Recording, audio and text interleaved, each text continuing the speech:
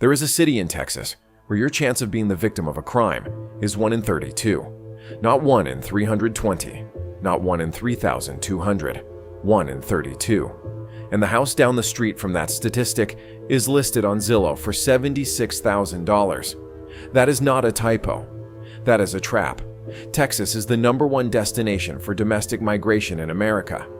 Millions of people have moved here since 2020, drawn by no state income tax, job growth, and housing costs that make California look like a parody of itself. Most of them land in Austin, Dallas, Houston, or San Antonio, where the opportunities are real and the infrastructure can mostly handle the load. But some people see a $65,000 house in a small Texas town and think they have found a loophole in the American economy. They have not. They have found a warning sign priced in brick and mortar. We are counting down 12 places in Texas you should never move to in 2026. Not because the people who live there are bad. They are not. But because the crime data, the poverty figures, the school ratings, and the infrastructure are all saying the same thing, and nobody is putting it on the Zillow listing. If you are planning a move to Texas and want to know which deals are actually disasters, subscribe to this channel. We do the research so you do not have to learn these lessons with a lease you cannot break. Let us get into it. Number 12. Huntsville. Welcome to the prison capital of Texas. Huntsville is home to 7 state correctional facilities, and the Texas Department of Criminal Justice is not just the biggest employer. It is the economy. The population is roughly 46,000, but that includes inmates. Median household income hovers between $29,000 and $35,000. Sam Houston State University adds some diversity, but the prison town identity defines everything else. The job market outside of corrections is thin. Cultural and recreational options are minimal. The town is an hour north of Houston on I-45, with very little reason to stop unless you are visiting someone behind bars. The biggest tourist attraction is the Texas Prison Museum, where you can see a replica electric chair and browse execution history exhibits. The town literally turned incarceration into a tourism strategy. That is either resourcefulness or a cry for help. Probably both. Number 11. Cleveland. This small East Texas town of about 8,100 people sits near Lake Livingston, and the lake proximity is the only thing that makes Cleveland sound remotely appealing. The crime rate is 90% above the national average. Violent crime runs 47.1 per 1,000 residents, which is nearly double the U.S. average of 22.7. Median household income is approximately $46,875, but the graduation rate sits around 77%, well below the state average. Health and environmental indicators are poor. Cleveland is named after Charles Lander Cleveland, a settler who arrived in 1836, the same year Texas declared independence. The town has been struggling to find its footing ever since. The lake is pretty. The data is not. Number 10. Freeport. On paper, Freeport sounds like it should work. It is on the Gulf of Mexico, south of Houston, with beach access and a low cost of living. In practice, 1 in 5 homes is vacant. That is a 20% home vacancy rate, which is not a buyer's market. That is a town people are leaving. Education scores rank in the bottom 5% of the entire state of Texas. Not the bottom 5% of the nation. The bottom 5% of Texas, which already ranks below most states in education. The poverty rate is approximately 21%. Unemployment runs around 9.7%. Your chance of being a victim of violent or property crime is 1 in 37. The median home value is about $79,900. But here is what nobody tells you about Freeport's Gulf Coast location. The Brazos River meets the ocean here, and the shoreline is more industrial than recreational. The town sits between chemical plants, including Dow and BASF, and storm surge from the hurricanes that regularly threaten this stretch of coast. Picture this. You search Zillow for affordable beach towns in Texas. You find a listing in Freeport, 3 bedrooms, Gulf access, under $80,000. You imagine morning coffee with an ocean breeze. Then you arrive and realize the ocean breeze carries a faint chemical edge. The beach view includes refinery infrastructure, and the house next door has been empty for 2 years. So you have a beach town where the beach smells like petrochemicals. The schools are ranked near the bottom of the state. 1 in 5 houses is empty, and the next hurricane is a matter of when, not if. The cost of living is low. The quality of life matches it. Number 9. Weslaco. Deep in the Rio Grande Valley, Weslaco has a population of roughly 41,000, and the kind of statistics that explain why the McAllen-Edinburgh Mission metro area has been ranked among the poorest in America multiple times. The Texas Tribune reported that more than half of all Texas counties lost residents between 2010 and 2020, with the majority being rural. The valley is not losing people. It is gaining them. But the jobs, schools, and services are not keeping up. Unemployment in Weslaco runs around 8.6%. The home vacancy rate is approximately 19%, which means nearly 1 in 5 houses is sitting empty here too. Your odds of being the victim of murder, rape, or violent assault are about 1 in 95. 1 in 10 residents is jobless. Poverty exceeds 30%. Healthcare access is limited, and the median income is well below the state average. Here's the thing about Weslaco that nobody puts in the real estate listing. The name is an acronym. WESLACO stands for the WE, Stewart Land Company, which developed the town in 1919. The company sold the dream of a thriving agricultural community in South Texas. The company no longer exists. Many of its promises do not either. The cost of living is undeniably cheap, but cheap and affordable are not the same thing when the jobs, schools, and safety net are all missing. If you think Freeport's vacancy rate was concerning, Weslaco is right behind it, with even fewer economic lifelines. And we are not done with the Rio Grande Valley. Not by a long shot. Number 8. San Benito. Still in the valley, San Benito sits in Cameron County with a population of about 24,800 and a poverty rate that reaches 30% of households. The median household income is roughly $38,100. Crime rates are more than double the state averages. According to Neighborhood Scout, San Benito's crime rate is higher than 84% of all Texas cities and towns of all sizes. That is not cherry-picked. That is compared to every community in the state, from the smallest hamlet to the largest metro. Schools are under-resourced. Healthcare access is limited. The cost of living is low, but affordability without opportunity is just poverty, with cheaper rent. Here is what makes San Benito complicated. This is not a town without culture. San Benito is known as the Resaca City for the resacas, the oxbow lakes that wind through town, creating green corridors through the flat valley landscape. It hosts the annual Conjunto Festival, one of the largest Tejano music events in the world. The culture is genuine, vibrant, and deeply rooted. The economics are punishing. The music is world-class. The median income is $38,000. That is the trade-off nobody talks about in the valley. Incredible communities with real traditions, sitting on top of statistics that would alarm any data analyst. Would you trade cultural richness for economic stability? Most people do not get to choose. Drop your answer below. If you've made it this far, please consider liking the video and subscribing to our channel and sharing this video with your friends and families. It's completely free, and we bring new videos about our country. Number 7. Odessa. Welcome to the boom-bust capital of Texas.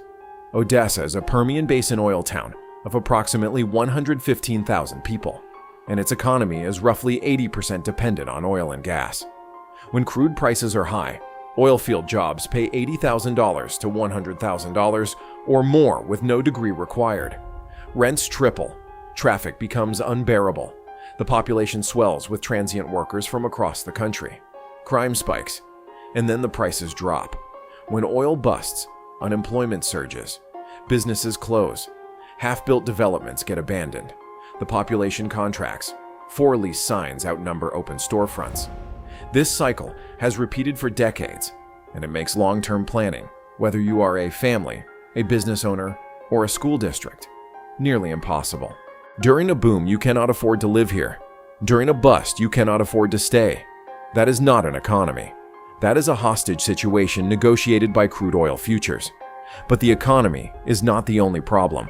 Methamphetamine and opioid abuse are well documented by both the DEA and local law enforcement. Violent crime and property crime both run above state averages.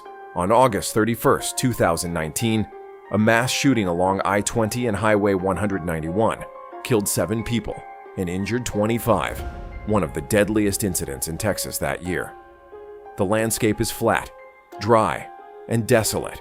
Summers regularly exceed 100 degrees. There is no shade.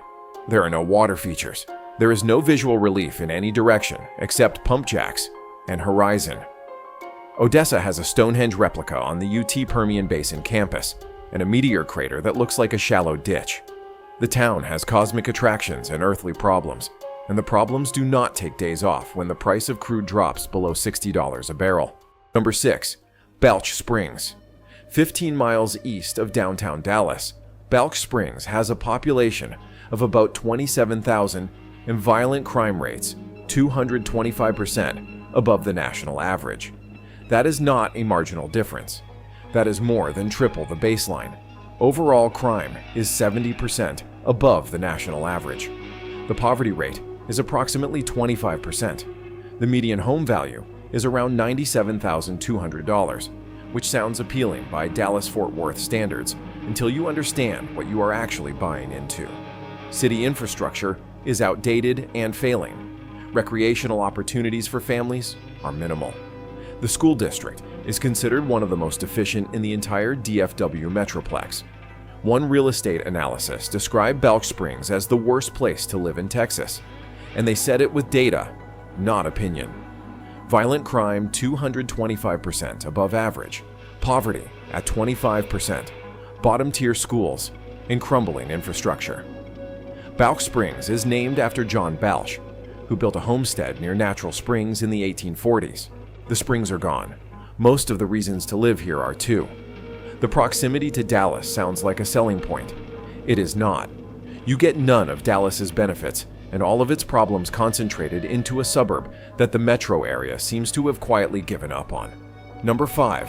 Robstown. 20 miles west of Corpus Christi sits a small agricultural town of about 11,500 people that reads like a warning label. The poverty rate ranges from 31% to 38%, depending on which measure you use. Unemployment has been reported as high as 20%, meaning 1 in 5 working-age adults cannot find a job. The crime rate is 31 per 1,000 residents. Your chance of being a victim of violent or property crime is 1 in 32. Within Texas, 92% of communities are safer than Robstown. The schools are underfunded with extremely poor testing results. The economy is almost entirely agricultural, built on crop harvesting jobs with limited pathways to advancement. Median home value is about $76,300. Median household income is between $35,500 and $39,100. One crime analysis put it bluntly: Robstown has one of the highest crime rates in America compared to all communities of all sizes, from the smallest towns to the very largest cities. Translation: this is not a size problem.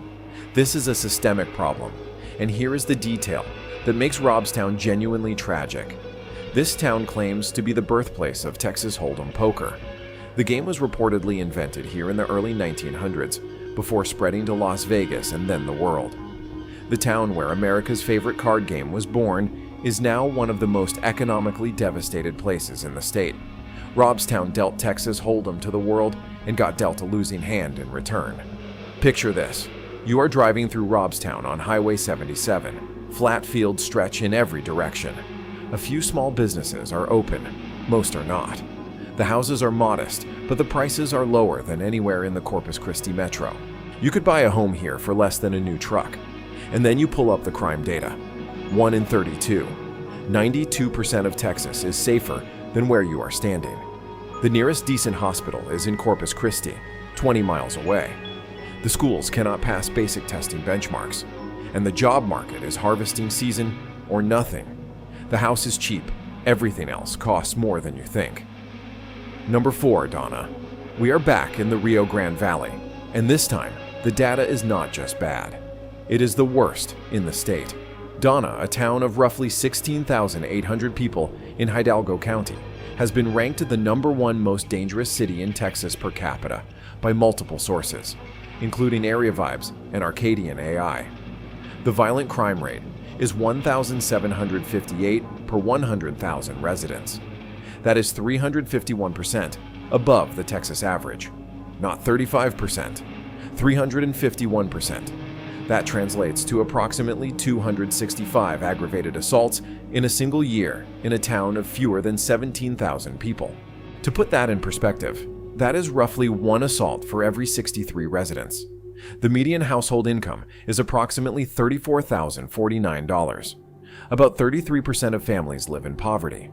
Property crime runs 4,302 per 100,000, making it the 7th worst in the state. Schools are chronically underfunded, the job market is thin, healthcare access is constrained, and this is the 3rd Rio Grande Valley city on our list, which tells you everything about how the valley has been systematically left behind by the state's broader economic growth. Now here is the detail that makes Donna statistically fascinating in the most unsettling way. The town had 0 murders in the most recent reporting year. None. The violent crime that makes Donna the most dangerous city per capita in Texas is almost entirely aggravated assaults, 265 of them in 1 year, in a town that could fit inside most football stadiums. The problem is not that people are killing each other. The problem is that people cannot stop fighting. One local crime report summed it up. The property crime rate is the 2nd worst in Texas, but you can still find a deal at the Don West flea market. Translation: you can still buy cheap stuff, as long as you do not mind the 265 assaults happening around you annually. Picture this. You are driving through Donna on a quiet Tuesday afternoon. Modest houses, agricultural fields. The heat is relentless. Nothing looks dangerous. Nothing looks like the most violent city per capita in Texas. That is exactly the problem. The statistics are invisible until they are not. And by then, you have already signed the lease. If you have made it this far, consider liking this video and subscribing. It is completely free, and we bring new content about the places nobody else is being honest about. Number 3. Gonzales. This is a town of approximately 7,600 people in south central Texas with the highest per capita violent crime rate in the entire state. Depending on the source, that rate ranges from 1,395 to 1,700 violent crimes per 100,000 residents, which is up to 258% above the Texas average. For context, the Texas average is approximately 390. Gonzales is at nearly 1,700. That is not in the same ballpark. That is not in the same sport. Crime grade gives the city a D- overall, meaning it is safer than only 9% of all cities in the United States. The property crime grade is an F, safer than only 7% of cities. Let that number settle. Gonzales is less safe than 93% of American cities. The overall crime rate is 50.45 per 1,000 residents. In the worst neighborhoods, your chance of being a crime victim is 1 in 10. Assault dominates the violent crime breakdown. Poverty is above average. Unemployment is elevated. Law enforcement resources are limited for a town this small with problems this large. One analysis noted that the violent crime rate in Gonzales is 59.5 per 1,000, compared to the national average of 22.7. Translation: you are roughly 2.6 times more likely to be the victim of a violent crime in Gonzales than in the average American city. And unlike Donna, this is not a single-year spike. Multiple data sources across multiple years confirm that Gonzales consistently ranks at or near the top of the state's most dangerous places per capita. And here is the irony that keeps historians up at night. Gonzales is where the Texas Revolution began. On October 2nd, 1835, Texan settlers refused to return a cannon to the Mexican military. They flew a flag that read, "Come and take it." That moment launched the fight for Texas independence. The town that started the battle for freedom is now statistically the most dangerous place in the state it helped create. The cannon is still commemorated. The pride is still real. The crime data does not care about either. You can visit the Come and Take It Memorial, walk the historic grounds, and feel the weight of Texas history beneath your feet. Then you can check Crime Grade's D- rating and understand why most of the people who learn Gonzales' history choose to learn it from somewhere safer. Number 2, Port Arthur. Welcome to the second most miserable city in America. That is not my assessment. That is Business Insider's ranking, based on census data measuring population change, household income, and poverty. The only city that ranked worse was Gary, Indiana, and if you know anything about Gary, you understand the company Port Arthur is keeping. Port Arthur sits on the Sabine Lake between Louisiana and the Gulf of Mexico in Jefferson County. Population is approximately 55,000 and declining. The poverty rate is 29%, meaning nearly 1 in 3 residents lives below the poverty line. Unemployment is 8.6%, and here is a number that does not get enough attention. Only 53% of the working age population is in the labor force. That means nearly half of all adults who could be working are not even looking for a job. The national average is about 62%. Port Arthur is 9 points below that. When nearly half your working age adults have stopped looking, the problem is not laziness. The problem is that there is nothing to look for. The median household income is approximately $46,354. The median home value is about $64,600. That sounds cheap. It is cheap, and there is a reason. The city has been devastated by 3 major hurricanes in 12 years. Hurricane Rita in 2005, Hurricane Ike in 2008, and Hurricane Harvey in 2017, which alone caused $1.3 billion in damage to a city that was already struggling, $1.3 billion in damage to a town of 55,000 people with a 29% poverty rate. The math on recovery does not work, and it has not worked. The population has been declining for decades. The skyline is dominated by oil refineries, stacks, pipes, and flares visible from every direction. The air carries a petroleum scent that residents stop noticing, but visitors never do. The mayor himself acknowledged it. Seeing all of these refineries and smoke, yes, it would look strange to an individual who has not been around it. Translation: even the mayor knows the view is a problem. Violent crime in Port Arthur runs 739 per 100,000, which is 87% above the national average. Gang activity, including the Bloods and Crips, has been documented in neighborhoods. The infrastructure is crumbling under the combined weight of hurricane damage, population loss, and a shrinking tax base. Schools face chronic challenges, and the refineries that provide the area's remaining economic base also contribute to environmental concerns that affect health outcomes across the region. The air quality is not theoretical. It is measured, and the measurements are not encouraging. When Business Insider ranked Port Arthur the second most miserable city in America, the mayor responded with a quote that deserves its own paragraph. "I believe whoever wrote the article is a miserable type of person, or maybe living in a miserable city." That is a mayor defending his town with the rhetorical equivalent of a spinning roundhouse kick. You have to respect the energy, even as the data confirms the diagnosis. But here is the detail that makes Port Arthur genuinely heartbreaking, instead of just statistically grim. Port Arthur is the hometown of Janis Joplin. One of the greatest rock singers in American history grew up here, reportedly hated it, and left as soon as she could. She allegedly called it the worst place in the world to grow up. She moved to Austin, then San Francisco, and became an icon of the 1960s counterculture. Business Insider ranked her hometown as essentially the worst place in America decades later. Whether Joplin was right or Business Insider was right, or both were right, Port Arthur has been unable to escape the characterization for over half a century. Picture this. You are standing on a side street in Port Arthur. Modest houses in every direction. The refinery flares glow orange on the horizon, like permanent sunsets that never quite go away. The Gulf humidity wraps around you like a wet blanket that someone forgot to wring out. A $64,000 house sits on the corner with a for sale sign. You pull up the crime data on your phone. You check the poverty rate. You read about the hurricanes. And you understand, clearly and without ambiguity, why that house costs what it costs. There are people here who love this place.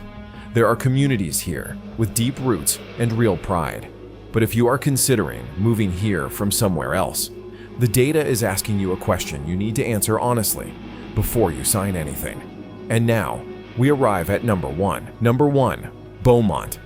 Beaumont is the largest city on this list at approximately 117,000 people, and it is frequently ranked the number 1 or number 2 most dangerous city in Texas. The violent crime rate runs between 1,089 and 1,137 per 100,000, depending on the source and the year. That is approximately 175% to 192%. It is roughly 3 times the Texas state average. Let that settle for a moment. 3 times. The entire state of Texas, with its sprawling metros and massive population, averages about 390 violent crimes per 100,000. Beaumont triples it, and while 2025 FBI data shows a 16% year-over-year decline in violent crime, catastrophic, the drug problem has moved beyond street-level dealing into something far more entrenched. Methamphetamine manufacturing has been documented in residential neighborhoods, not in warehouses on the outskirts of town, in houses on streets where families live. One analysis described the situation with uncomfortable precision. Drug activities and property crime in Beaumont have seeped into the very fabric of the city, affecting both affluent and less affluent areas alike. Even neighborhoods once considered safe are now plagued by criminal activities, including drug manufacturing. Translation: there are no safe neighborhoods in Beaumont. There are only neighborhoods where the problem has not arrived yet, and the problem is expanding. Poverty and unemployment both run significantly above state averages. Hurricane Harvey caused massive damage in 2017, and recovery has been uneven at best. The population is declining, and Beaumont sits in Jefferson County alongside Port Arthur, which means the entire county, the number 2 entry, and the number 1 entry on this list, share the same tax base, the same infrastructure challenges, and the same economic distress. 2 of the worst places to live in Texas are 16 miles apart in the same county.